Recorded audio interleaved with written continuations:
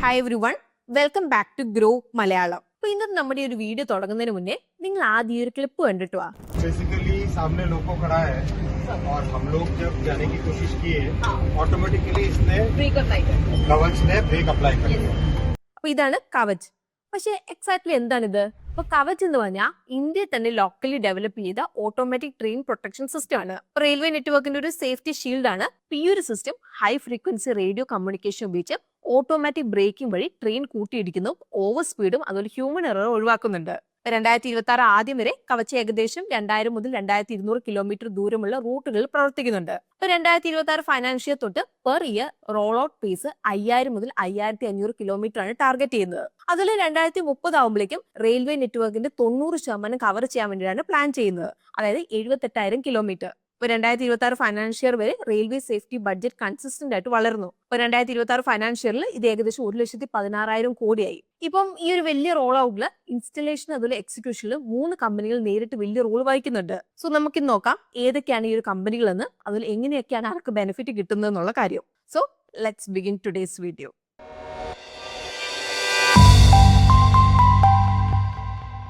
ഇന്നത്തെ നമ്മുടെ first company വന്ന് HBL എഞ്ചിനീയറിംഗ് ലിമിറ്റഡ് ആണ്. HBL ഒരു ഡയറക്റ്റ് OEM പ്ലെയർ ആണ്.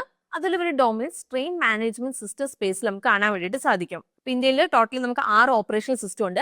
ഇതിൽ 4 HBL സിസ്റ്റത്തിനെയാണ്. 30 May 2025 Kavach version 4.0 certification ലഭിച്ച ആദ്യത്തെ OEM ആയിട്ട് HBL മാറി. 31 ജൂലൈ പ്രകാരം HBL ഓർഡർ ബുക്ക് 4479 കോടി എത്തി. ഒരു വർഷം മുന്നേ 2024 ഓഗസ്റ്റിലുണ്ടായ 1179 കോടിയായിട്ട് നോക്കുമ്പോൾ വലിയ വളർച്ചയാണിത്. 2025 ഫൈനാൻഷ്യൽ നമ്മൾ നോക്കുകയാണെങ്കിൽ കമ്പനിയുടെ റവന്യൂ 2000 കോടിയുടെ അടുത്തായിരുന്നു. അപ്പൊ ഇതിന്റെ അർത്ഥം നിലവിൽ ഓർഡർ ബുക്ക് ആനുവൽ റവന്യൂന്റെ 2.2 ഇരട്ടിയാണെന്നാണ്. അപ്പൊ ഇത് കാണിക്കുന്നത് സ്ട്രോങ് വിസിബിലിറ്റി ആണ്. കൂടാതെ കമ്പനി 5 ഇയർ മീഡിയൻ PI 46 താഴെയാണ് ട്രേഡ് ചെയ്യുന്നത്, ഓൾമോസ്റ്റ് 39 ടൈംസ്. അപ്പൊ ഇവിടെ 3 വെർട്ടിക്കൽസ് നിന്ന് നമുക്ക് കമ്പനിയെ പറ്റി മനസ്സിലാക്കാൻ വേണ്ടിയിട്ട് നമുക്ക് സാധിക്കും. അപ്പൊ ആദ്യത്തെ ഇൻഡസ്ട്രിയൽ ബാറ്ററീസ് ആണ്. അപ്പൊ ഇവിടെ കമ്പനി കുറഞ്ഞ മാർജിനുള്ള ടെലികോം ബാറ്ററിയിൽ നിന്ന് ഉയർന്ന മാർജിനുള്ള ഇൻഡസ്ട്രിയൽ ഡിഫൻസ് ആപ്ലിക്കേഷനിലേക്ക് മാറുവാണ്. അപ്പൊ ഇത് കാരണം Q2 FY26 വരെ ഒരു വർഷത്തിനുള്ളിൽ സെഗ്മെന്റ് ഷെയർ 73.17% നിന്ന് 31.67% വരെ കുത്തനെ ഇടിഞ്ഞു. ഇൻഡസ്ട്രിയൽ ഇലക്ട്രോണിക്സ് ഇപ്പൊ ഏറ്റവും വലിയ ഗ്രോത്ത് ഫാക്ടർ ആയിട്ട് ഇവിടെ മാറി. PV സ്പേസിലും കോമ്പോണൻസ് വിൽക്കുന്നതിന് പകരം HBL directly niche heavy electric trucks ഇവിടെ വിൽക്കുന്നുണ്ട്. അപ്പൊ ഇത് ബെറ്റർ മാർജിൻ ക്യാപ്ചർ ചെയ്യാൻ വേണ്ടി സഹായിക്കും. അപ്പൊ ഇത് കാരണമാണ് Q2 FY26 പ്രകാരം ഇലക്ട്രോണിക് സെഗ്മെന്റ് ഷെയർ ഒരു വർഷത്തിനുള്ളിൽ 18.74% 64.85% കൂടിയത്. ഇപ്പൊ ഡിഫൻസ് സെഗ്മെന്റിൽ എയർക്രാഫ്റ്റ്, മിസൈൽസ്, അതുപോലെ സബ്മറൈൻസിനായിട്ട് സ്പെഷ്യലൈസ്ഡ് ബാറ്ററീസ്, അതുപോലെ ഇലക്ട്രോണിക് ഫ്യൂസേഴ്സ് മാനുഫാക്ചർ ചെയ്യുന്നുണ്ട്. ഇപ്പൊ എൻട്രി ബാരിയർ കൂടുതലുള്ള ഒരു സെഗ്മെന്റ് ആണിത്. എന്നാൽ ഇവിടുത്തെ റവന്യൂ അൺഈവൻ ആണ്, കാരണം റീപ്ലേസ്മെന്റ് ഐറ്റംസ് സ്ഥിരമാണ്. എന്നാൽ ക്യാപിറ്റൽ ഓർഡേഴ്സ് ഇവിടെ പ്രഡിക്റ്റബിൾ അല്ല. അതുകൊണ്ടാണ് ഇവിടെ പ്രോഫിറ്റ് ഷെയർ ഫ്ലക്ച്വേറ്റ് ചെയ്തുകൊണ്ടിരിക്കുന്നത്. അപ്പം ഇതിന്റെ വിരുദ്ധമായിട്ട് ഇലക്ട്രോണിക് സെഗ്മെന്റ് കോൺട്രിബ്യൂഷൻ വേഗത്തിൽ ഇവിടെ കൂടുവാണ്. അപ്പൊ ഇതിന്റെ ഒപ്പം ഗ്രോത്തിന്റെ ഒരു കൺസിസ്റ്റന്റ് ഫാക്ടർ ആയിട്ട് ഇത് മാറുവാണ്. ഇനിയിപ്പോ നമ്മൾ സെപ്റ്റംബർ ക്വാർട്ടറിലെ P&L നോക്കുകയാണെങ്കിൽ September 2025 sales year over year 135% കൂടി 1223 കോടിയായി. അതേസമയത്ത് നമ്മളുടെ എക്സ്പെൻസ് നോക്കുകയാണെങ്കിൽ 65% മാത്രമേ കൂടിയിട്ടുള്ളൂ. അപ്പൊ ഇത് സ്ട്രോങ് ഓപ്പറേറ്റിംഗ് ലിവറേജ് ആണ് കാണിക്കുന്നത്. അപ്പം ഇതിന്റെ പുറകിലെ ഏറ്റവും വലിയ ഫാക്ടർ ലാർജ് സ്കെയിൽ സപ്ലൈസ് തുടങ്ങിയതും അതിൽ കവച് വേർഷൻ 4.0 ഇൻസ്റ്റലേഷനുമാണ്. അപ്പം ഇതിന്റെ ഒപ്പം നമ്മൾ നോക്കുകയാണെങ്കിൽ ചില പ്രധാന റെയിൽവേ ഡിസൈനിന്റെ അപ്രൂവൽസ് ഡിലേ വന്നതിന് ശേഷം മെയിൻ റെയിൽവേ ഫാക്ടറിയായ ചിത്രാജൻ ലോക്കോമോട്ടീവ് വർക്സിൽ നിന്ന് 2200 ലോക്കോമോട്ടീവ്സിന് ഹൈ വാല്യൂ ഓർഡർ നടപ്പിലാക്കി.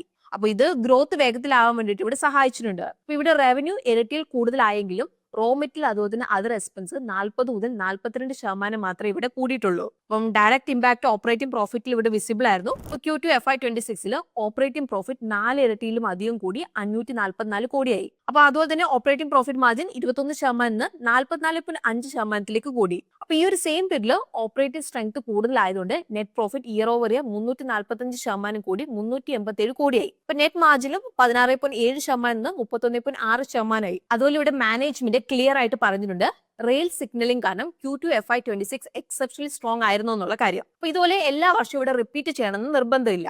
ഇനി നമ്മൾ ഇവരുടെ ഗ്രോത്ത് ഔട്ട്ലുക്കിലേക്ക് വരുമ്പോൾ കമ്പനിയുടെ സ്കെയിൽ വെച്ച് നോക്കുമ്പോൾ കമ്പനിയുടെ ഓർഡർ ബുക്ക് ഇവിടെ സ്ട്രോങ് ആണ്. ഇപ്പൊ ജൂലൈ 2025 പ്രകാരം ഓർഡർ ബുക്ക് 4479 കോടിയാണ്. അപ്പൊ ഇതെന്ന് പറഞ്ഞാൽ 2025 ഫൈനാൻഷ്യൽ റവന്യൂന്റെ 2.2 ഇരട്ടിയാണ്. ഇപ്പൊ മാനേജ്മെന്റ് പ്രകാരം 2026 മുതൽ 2028 ഫൈനാൻഷ്യറിനിടയ്ക്ക് 1300 മുതൽ 1500 കോടിയുടെ ആനുവൽ റവന്യൂടെ പ്രതീക്ഷിക്കുന്നുണ്ട്. അപ്പൊ അപ്പർ എൻഡിൽ ഒരു സിംഗിൾ പ്രൊഡക്റ്റ് 2025 ഫൈനാൻഷ്യൽ റവന്യൂന്റെ 75% കവർ ചെയ്യുന്നുണ്ട്. ഇപ്പൊ 2026 ഫൈനാൻഷ്യറിൽ കമ്പനി സെയിൽസിൽ 3000 കോടി ഇന്റേണലി ബഡ്ജറ്റ് ചെയ്യുന്നുണ്ട്. അതിൽ ലോങ് ടേമിൽ കമ്പനി 2030 ഫൈനാൻഷ്യർ വരെ 4500 കോടിയാണ് ടാർഗറ്റ് ചെയ്യുന്നുണ്ട്. എന്നാൽ ഇവിടെ വർക്കിംഗ് ക്യാപിറ്റൽ സൈഡിൽ പ്രഷർ തിരിച്ചു വരുന്നതായിട്ട് നമുക്ക് കാണാൻ വേണ്ടി സാധിക്കുന്നുണ്ട്. 2025 ഫൈനാൻഷ്യലിൽ കമ്പനി ഇന്റൻഷ്യലി കവച്ചിന്റെ ലാർജ് സ്കെയിൽ എക്സിക്യൂഷനായിട്ട് ഇൻവെന്ററി ബിൽഡപ്പ് ചെയ്തായിരുന്നു. അപ്പൊ ഇത് ഡയറക്ട്ലി ക്യാഷ് ഫ്ലോനെ ഇവിടെ ബാധിച്ചിട്ടുണ്ട്. ഇൻവെന്ററി 101 കോടിയായിട്ട് കൂടി. അതുപോലെ ഇൻവെന്ററി സൈക്കിൾ 137 ദിവസം നിന്ന് 201 ദിവസമായിട്ട് കൂടിയിട്ടുണ്ട്. മെയിൻലി കവച്ച് അപ്രൂവൽ ഡിലേ ആയതുകൊണ്ടാണ്. ഇതിന്റെ റിസൾട്ട് എന്താണ്? പാറ്റ് സ്ട്രോങ് ആയിട്ട് കണ്ടു, എന്നാൽ ക്യാഷ് ഫ്ലോ കൺവേർഷൻ പതുക്കെ വീക്ക് ആവാൻ വേണ്ടിയിട്ട് ഇവിടെ തുടങ്ങി. കാരണം കൂടുതൽ ക്യാഷ് ഇൻവെന്ററിയിൽ അതുപോലെ തന്നെ വർക്കിംഗ് ക്യാപിറ്റൽ സ്റ്റക്ക് ആവാൻ വേണ്ടിയിട്ട് ഇവിടെ തുടങ്ങി. എന്നാൽ ഇതിനൊപ്പം തന്നെ കുറച്ച് റിസ്ക് ഇവിടെ ഉണ്ട്. ഇപ്പൊ HBLന്റെ നിയർ ടേം ഗ്രോത്ത് കവച്ച് ആശ്രയിച്ചിരിക്കും. അപ്പൊ ഇവിടെ എക്സിക്യൂഷൻ അതുപോലെ ടൈമിംഗ് റിസ്ക് കൂടുതലാണ്. 15 ജാനുവരിയിൽ പ്രസ് റിലീസിൽ കമ്പനി പറഞ്ഞിട്ടുണ്ടായിരുന്നു ചിത്തരാഞ്ജൻ ലോക്കോമോട്ടീവ്സ് ഓർഡർ അവർക്ക് നടപ്പിലാക്കാൻ വേണ്ടി സാധിക്കില്ല എന്ന്. അപ്പൊ ഇത് കാരണം total order size almost 18,000 യൂണിറ്റ്സിന് 12,000 units ആയിട്ട് ഇവിടെ കുറഞ്ഞു. അപ്പൊ ഇത് കാണിക്കുന്ന കമ്പനിയുടെ ഗ്രോത്ത് കവച്ച് ഓർഡേഴ്സിന് നല്ലപോലെ ആശ്രയിക്കുന്നുണ്ടെന്നുള്ളൊരു കാര്യമാണ്. കോമ്പറ്റേറ്റീവ് ബിഡിംഗ് പ്രഷർ കാരണം ഫ്യൂച്ചർ റവന്യൂ അതുപോലെ മാർജിനും ഇവിടെ പ്രഷർ ഉണ്ടാവാം. റവന്യൂ നമ്മൾ മെയിൻലി നോക്കുവാണെങ്കിൽ RDSO അപ്രൂവൽ ആശ്രയിച്ചിരിക്കും. ലൈക്ക് ഇപ്പൊ നമ്മൾ പറയുവാണെങ്കിൽ 2025 ഫൈനാൻഷ്യലിൽ വേർഷൻ 4.0 അപ്രൂവൽ ഡിലേ ആയപ്പോൾ സ്ട്രോങ് ഓർഡർ ബുക്ക് ഉണ്ടായിട്ട് പോലും റവന്യൂ 2223 കോടിയിൽ നിന്ന് 1967 കോടിയായിട്ട് കുറഞ്ഞു. അപ്പൊ മാനേജ്മെന്റ് തന്നെ ക്ലാരിഫൈ ചെയ്തിട്ടുണ്ട് Q2 FY26 exceptionally strong numbers repeat ചെയ്യുന്നതായിരിക്കില്ല എന്നുള്ള കാര്യം. കൂടാതെ ക്യാഷ് കൺവേർഷനും മോശമാവുന്നുണ്ട്. ഇപ്പൊ 2025 ഫൈനാൻഷ്യലിൽ CFO ഇയർ ഓവർ ഇയർ 17% ഇടിഞ്ഞു. അതിൽ നെറ്റ് ക്യാഷ് ഫ്ലോ നെഗറ്റീവ് ആയി. വർക്കിംഗ് ക്യാപിറ്റൽ സൈക്കിളും 201 ദിവസമായിട്ട് ഇവിടെ കൂടി. ഇനി ഇന്നത്തെ നമ്മുടെ സെക്കൻഡ് കമ്പനി വന്ന് കെയർനെക്സ് മൈക്രോ സിസ്റ്റംസ് ലിമിറ്റഡ് ആണ്. അപ്പൊ കമ്പനി ഇന്ത്യൻ റെയിൽവേക്കൊപ്പം കവച്ച് ടെക്നോളജി ഡെവലപ്പ് ചെയ്തിട്ടുള്ളതാണ്. അപ്പൊ ഇതവരുടെ ശക്തമായ സ്ഥാനം ഇവിടെ വ്യക്തമാക്കുന്നുണ്ട്. അപ്പൊ സെപ്റ്റംബർ 2025 പ്രകാരം കെയർനെക്സിന്റെ ഓർഡർ ബുക്ക് 2653 കോടിയാണ്. അപ്പൊ ഇത് മീഡിയം ടു ലോങ് ടേമിൽ സ്ട്രോങ് റവന്യൂ വിസിബിലിറ്റി ആണ് കാണിക്കുന്നത്. അപ്പം ഇതിന്റെ ഉള്ളിൽ ഏറ്റവും വലിയ കോൺട്രിബ്യൂട്ടർ 1730 കോടിയുടെ ചിത്തരാഞ്ജൻ ലോക്കോമോട്ടീവ് വർക്ക്സ് ആണ്. അപ്പൊ ഇതിലാണ് 2500 കവച്ച് യൂണിറ്റ്സിന്റെ സപ്ലൈ അതുപോലെ ഇൻസ്റ്റലേഷൻ ഇവിടെ നടക്കും. അപ്പൊ ഈ ഒരു ഓർഡർ ബുക്ക് കമ്പനിയുടെ 2025 ഫൈനാൻഷ്യൽ ആനുവൽ റവന്യൂന്റെ 13 ഇരട്ടിയാണ്. സ്റ്റോക്ക് ഇപ്പം 41x അടുത്താണ് ട്രേഡ് ചെയ്യുന്ന 5 മീഡിയം പീന്റെ ലെവലില്. പക്ഷേ ഇവിടുത്തെ കാര്യം എന്താണെന്ന് വെച്ചാൽ കമ്പനി കുറെ നാളായിട്ട് ലോസ് മേക്കിംഗ് ആയിരുന്നു. സോ നിലവിലെ വാല്യൂഷൻ മെയിൻ ആയിട്ടും ലാഭത്തിലേക്കുള്ള തിരിച്ചുവരവും അതുപോലെ തന്നെ നമ്മൾ നോക്കുകയാണെങ്കിൽ കവച്ച് അടിസ്ഥാനമാക്കിയുള്ള ഗ്രോസ് എക്സ്പെക്ടേഷനും ഇതിനകം തന്നെ എന്താണ് വിലയിൽ ഉൾക്കൊണ്ടിട്ടുണ്ട്. ഇവിടെ Kernex micro system railway safety അതിൽ സിഗ്നലിംഗിനായിട്ട് end to end manufacturing services നൽകുന്നുണ്ട്. ഇപ്പൊ എക്സിക്യൂഷന്റെ ഫ്രണ്ട്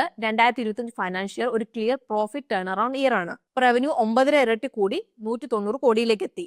ഓപ്പറേറ്റിംഗ് മാർജിൻ 22% എക്സ്പാൻഡ് ചെയ്തു. അതിൽ 3 വർഷത്തിന് ശേഷം കമ്പനിക്ക് 50 കോടിയുടെ പ്രോഫിറ്റ് പോസ്റ്റ് ചെയ്യാൻ വേണ്ടി സാധിച്ചിട്ടുണ്ട്. ഇപ്പൊ September 2025 PNL operational efficiency improve ആയി. എന്നാൽ ബോട്ടം ലൈനിൽ കുറച്ച് പ്രഷർ വിസിബിൾ ആയിരുന്നു. ഇപ്പൊ സെയിൽസ് ഇയർ ഓവർ ഇയർ 14% മാത്രമേ വളർന്നുള്ളൂ, 47.1 കോടിയിലേക്ക്. അപ്പൊ അബ്സല്യൂട്ട് ടേംസിൽ ഗ്രോത്ത് 6 കോടി മാത്രമായിരുന്നു. അപ്പൊ ഇത് കെയർനെക്സിന്റെ ബിസിനസ് കവച്ച് പദ്ധതിയുടെ പ്രൊജക്ട് എക്സിക്യൂഷൻ അടിസ്ഥാനമാക്കിയുള്ള സ്വഭാവമാണ് ഇവിടെ വ്യക്തമാക്കുന്നത്. എക്സ്പെൻസ് ഇവിടെ 6% മാത്രമേ കൂടിയിട്ടുള്ളൂ. അപ്പൊ ഇത് കോസ്റ്റ് കൺട്രോൾ ആണ് കാണിക്കുന്നത്.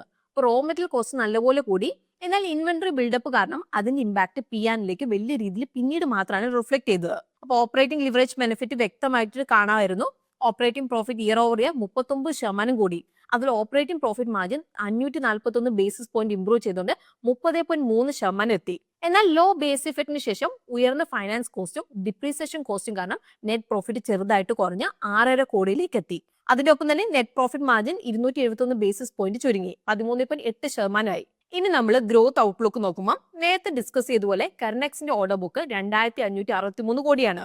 അപ്പൊ ഇതെന്ന് പറഞ്ഞാൽ ആനുവൽ റവന്യൂന്റെ 13.5 മടങ്ങ് വരും. അപ്പൊ ഇത് കാരണം തന്നെ അടുത്ത കുറച്ച് വർഷത്തേക്ക് സ്ട്രോങ് ഗ്രോത്ത് വിസിബിലിറ്റി നൽകും. ഓവറോൾ ഓർഡർ ബുക്കിനുള്ളിൽ 1230 കോടി മൂല്യമുള്ള കവച്ച് V4 ഓർഡേഴ്സ് ഉണ്ട്. അതേസമയത്ത് 389 കോടി മൂല്യമുള്ള ജോയിന്റ് വെഞ്ചർ ബേസ്ഡ് ഓർഡേഴ്സും ഉണ്ട്. അപ്പൊ ഇത് സ്കെയിൽ അഡ്രസബിൾ മാർക്കറ്റ് രണ്ടും ഇവിടെ എക്സ്പാൻഡ് ചെയ്യും. അപ്പൊ കമ്പനി എടുത്ത് പ്രോഫിറ്റബിലിറ്റി നേടിയിട്ടുണ്ട്. ഇതിനൊപ്പം CFO ബൈ നെറ്റ് പ്രോഫിറ്റും ഇവിടെ പോസിറ്റീവ് ആയിട്ടുണ്ട്. അതിൽ 0.3x ഇവിടെ വന്നിട്ടുണ്ട്. 2025 ഫൈനാൻഷ്യലിൽ പ്രൊജക്ട് പതുക്കെ എക്സിക്യൂഷൻ സ്റ്റേജിലേക്ക് വന്നപ്പോൾ ഇൻവെന്ററി ഫൈനലി റവന്യൂ അതിൽ ട്രേഡ് റിസർവിലേക്ക് കൺവേർട്ട് ചെയ്തിട്ടുണ്ട്. അപ്പൊ ഇതിന്റെ ഇമ്പാക്ട് ക്ലിയർലി റേഷ്യോസിൽ വിസിബിൾ ആണ്.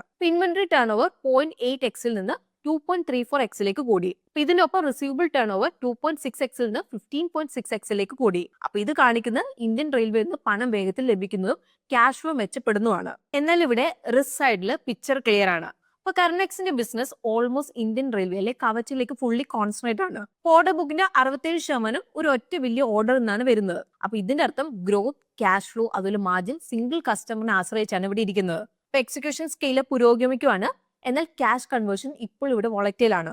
അപ്പൊ അപ്പൊ ഇത് നമുക്ക് ക്യാഷ് കൺവേർഷൻ സൈക്കിളിൽ വ്യക്തമായിട്ട് നമുക്ക് കാണാൻ വേണ്ടിയിട്ട് സാധിക്കുന്ന ഒരു കാരണമാണ്. കാരണം ഇൻവെന്ററി ഡേയ്സിലെ മാറ്റം അനുസരിച്ച് ക്യാഷ് കൺവേർഷൻ സൈക്കിൾ വലിയ തോതിൽ ഇവിടെ മാറുന്നുണ്ട്.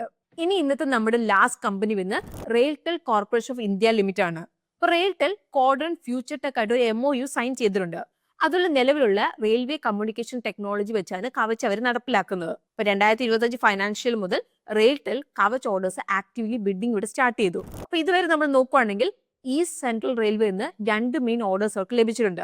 ആകെ 552 കോടി മൂല്യമുള്ള ഈ ഒരു ഓർഡറിൽ 500 മുതൽ 600 റൂട്ട് കിലോമീറ്റർ വരെ അവർ കവർ ചെയ്യുന്നുണ്ട്. അപ്പൊ completion time line 2027 financial year വരെ ഉണ്ട്. അപ്പൊ ഇവിടെ കവച് ഓർഡേഴ്സ് റെയിൽടെലിന്റെ ടോട്ടൽ ഓർഡർ ബുക്കിന്റെ 6 മുതൽ 7% മാത്രമാണ്. അപ്പൊ ഇതിന്റെ അർത്ഥം എക്സ്പോഷർ ഉണ്ട്, എന്നാൽ വോളിയം കുറവായതുകൊണ്ട് അവരൊരു മെയിൻ ഗ്രോത്ത് ഫാക്ടർ ആയിട്ടില്ല ഇതുവരെ.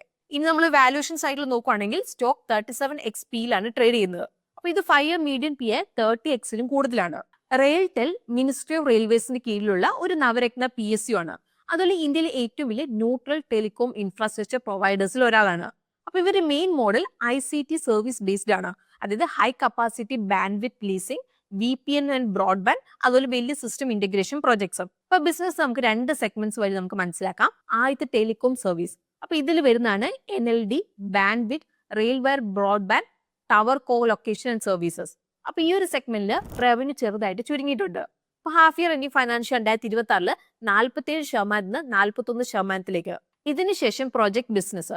ഇതിൽ വരുന്നതാണ് system integration, Kavach, electronic interlocking, അതിൽ ഈ ഓഫീസ് പോലത്തെ ICT പ്രോജക്ട്സ്. അപ്പൊ ഇവിടെ ഹാഫ് ഇയർ ഇനി ഫൈനാൻഷ്യൽ 2026 ഒരു വർഷത്തിനുള്ളിൽ റവന്യൂ കോൺട്രിബ്യൂഷൻ 58% ആയിട്ടുണ്ട്. കൂടാതെ 2 സെഗ്മെന്റിലും PBT ഷെയർ റവന്യൂന്റെ ഒപ്പം ഇംപ്രൂവ് ചെയ്യുന്നുണ്ട്. ഇത് പ്രോഫിറ്റബിലിറ്റി മിക്സിന് പോസിറ്റീവ് ആണ്. September 2025 PNL moderate top line ഗ്രോത്തോടെ മാർജിനിൽ ലിമിറ്റഡ് ഇംപ്രൂവ്മെന്റ് മാത്രമേ വിസിബിൾ ആയിട്ടുള്ളൂ. ഇയർ ഓവർ ഇയർ സെയിൽസ് ഒരു 13% വളർന്ന് 951 കോടിയായി. അതുപോലെ എക്സ്പെൻസും ഏകദേശം സെയിം റേറ്റിൽ തന്നെ 11.6% വളർന്നിട്ടുണ്ട്. ഇവിടുത്തെ main growth factor project business ആയിരുന്നു. അപ്പൊ ഇതിന്റെ റവന്യൂ ഇയർ ഓവർ ഇയർ 15.5% കൂടി 580 കോടിയായി. ഇനി കോസ്റ്റ് സൈഡിൽ സ്റ്റെബിലിറ്റി വിസിബിൾ ആയിരുന്നു. അപ്പൊ ഇവിടെ ആക്സസ് ചാർജ് മാറ്റം ഇല്ലാതെ തന്നെ നിന്നു. അതിൽ ലൈസൻസ് ഫീസ് ചെറിയ തോതിൽ കുറയുകയും ചെയ്തു. അപ്പൊ ഈ 2 സെഗ്മെന്റ് മാർജിൻ സ്ട്രക്ചർ ഡിഫറെന്റ് ആണെന്നുള്ളത് മാനേജ്മെന്റ് ഇവിടെ ക്ലിയർ ആയിട്ട് പറഞ്ഞിട്ടുണ്ട്. ഇപ്പൊ ടെലികോമിന്റെ EBIക്ക് മാർജിൻ ഏകദേശം 21 മുതൽ 22%. അതേസമയത്ത് പ്രൊജക്ട് ബിസിനസിന്റെ മാർജിൻ വെറും 4 മുതൽ 5% മാത്രമാണ്. അതുകൊണ്ടാണ് പ്രൊജക്ട് ബിസിനസ് കൂടുമ്പോൾ ഗ്രോത്തിന് സപ്പോർട്ട് ലഭിക്കുകയോ എങ്കിലും നമ്മളിവിടെ നോക്കുവാണെങ്കിൽ എക്സിക്യൂഷൻ മെച്ചപ്പെടുകയോ അല്ലെങ്കിൽ ബിസിനസ് മിക്സ് കൂടുതൽ എഫിഷ്യന്റ് ആയില്ലെങ്കിൽ ബ്ലെൻഡഡ് മാർജിനിലൂടെ പ്രഷർ വരാം.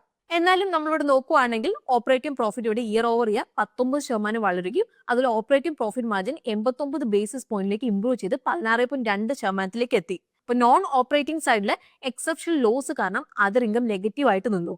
അതുപോലെ ഡിപ്രീസിയേഷൻ നമ്മൾ നോക്കുവാണെങ്കിൽ 18% കൂടി. അപ്പൊ ഇത് കാരണം ബോട്ടം ലൈനിൽ പ്രഷറായി. അപ്പൊ ഇതിന്റെ നെറ്റ് ഇമ്പാക്ട് എന്താന്ന് വെച്ചാൽ net profit year over year 4% മാത്രമേ വളർന്നുള്ളൂ, 76 കോടിയിലേക്ക്. അതുപോലെ net profit margin 67 basis point ഇടിഞ്ഞ് 8% വന്നു. ഇപ്പൊ ഗ്രോത്ത് ഔട്ട്ലുക്ക് നമ്മൾ ഇവിടെ നോക്കുവാണെങ്കിൽ 2026 ഫൈനാൻഷ്യലിലേക്ക് മാനേജ്മെന്റ് 25% റവന്യൂ ഗ്രോത്ത് ഗൈഡൻസ് നൽകിയിട്ടുണ്ട്. അതിൽ 2027 ഫൈനാൻഷ്യൽ വരെ 20 മുതൽ 25% ഗ്രോത്ത് ടാർഗറ്റ് ചെയ്യുന്നുണ്ട്. അപ്പൊ ഇവിടെ പ്രൊജക്ട് മാർജിൻ കുറവാണ്, 4 മുതൽ 5%. പക്ഷെ വോളിയം കൂടുതലായതുകൊണ്ട് അബ്സല്യൂട്ട് പ്രോഫിറ്റ് കണ്ടിന്യൂ ചെയ്യും. എന്നാൽ മാർജിൻ ഇവിടെ നമ്മൾ നോക്കുവാണെങ്കിൽ 11 മുതൽ 12% സ്റ്റെബിലൈസ് ചെയ്യും. ഇപ്പൊ Q2 FY26 പ്രകാരം ഓർഡർ ബുക്ക് 8250 മുതൽ 8300 കോടിയാണ്. 2025 ഫൈനാൻഷ്യൽ റവന്യൂ ആയിട്ട് നമ്മൾ കമ്പയർ ചെയ്യുമ്പോൾ ഇത് 2.4 ഇരട്ടിയാണ്. ഹാഫ് ഇയർ ഇനി ഫൈനാൻഷ്യൽ 2026 മാത്രം ഫ്രഷ് ഓർഡർ ഇൻഫോ 3317 കോടിയാണ് വന്നേക്കുന്നത്. അടുത്ത 5 വർഷത്തിനുള്ളിൽ ഇന്ത്യൻ റെയിൽവേ 44,000 കിലോമീറ്റർ ട്രാക്കുകളിൽ കവച് നടപ്പിലാക്കാൻ വേണ്ടി ഒരു പദ്ധതി ഇടുന്നുണ്ട്. അപ്പൊ കവച് ഓപ്പർച്യൂണിറ്റി ഏകദേശം 30,000 കോടി മൂല്യമുള്ളതായിട്ടാണ് ഇവിടെ കണക്കാക്കുന്നത്.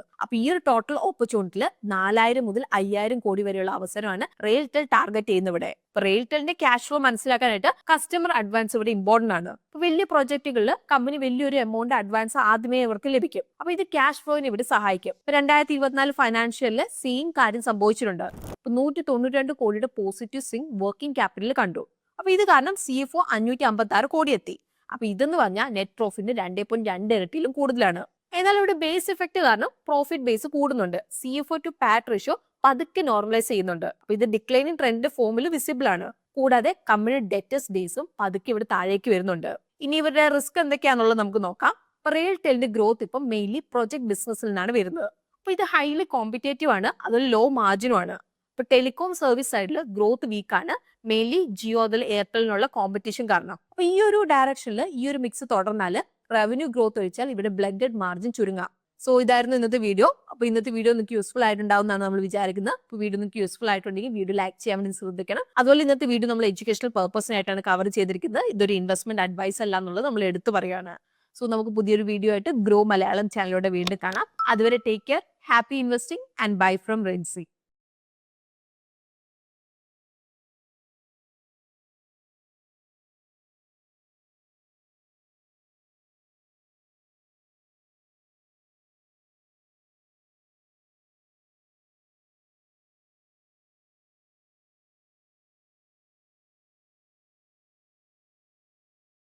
Investment in securities market are subject to market risks. Read all the related documents carefully before investing. Please read the risk disclosure documents carefully before investing in equity shares, derivatives, mutual fund, and or other instruments traded on the stock exchanges.